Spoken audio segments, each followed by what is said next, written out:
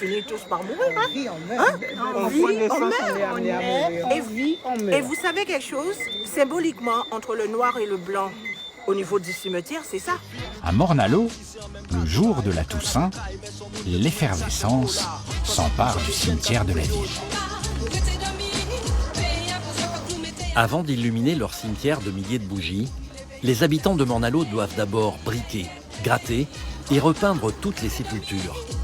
Ici, on ne fait pas les choses à moitié. Tout le monde met la main à la pâte.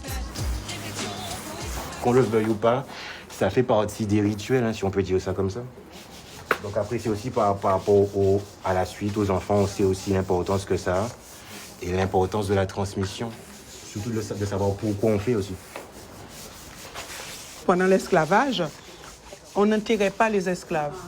Là où ils étaient morts, c'est où on les enterrait. Donc sans cérémonie, sans sépulture, des fois entre deux champs de canne, dans une lisière.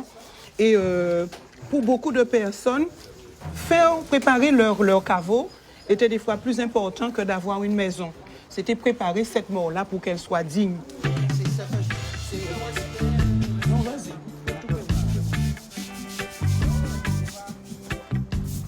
Pour Michel, le cimetière de Morne-à-l'Eau, c'est un livre d'histoire où se croisent des destins singuliers.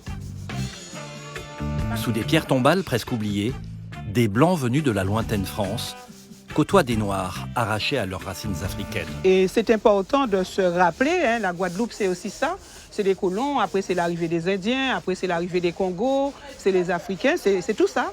Et c'est ce qui fait que nous sommes ce que nous sommes, avec ce métissage, mais en même temps, ce respect, ce vivre ensemble. Il est 18h, le cimetière de Morne-à-l'Eau brille enfin de tous ses feux.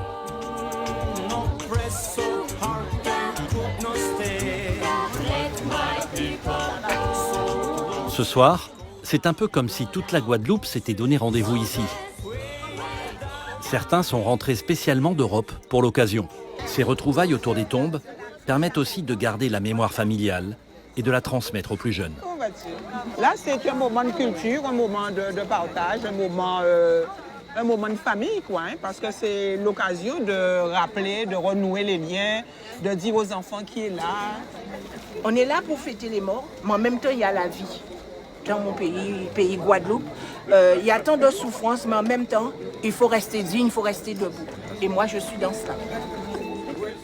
Tout au long de la soirée, la famille de Michel va se déplacer de tombe en tombe.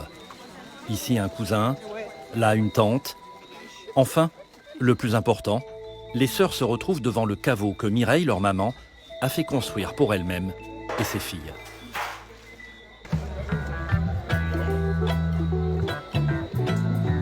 Illuminer les cœurs, préserver le souvenir et garder le sourire. Les habitants de Morne-à-l'Eau ont encore beaucoup à nous apprendre.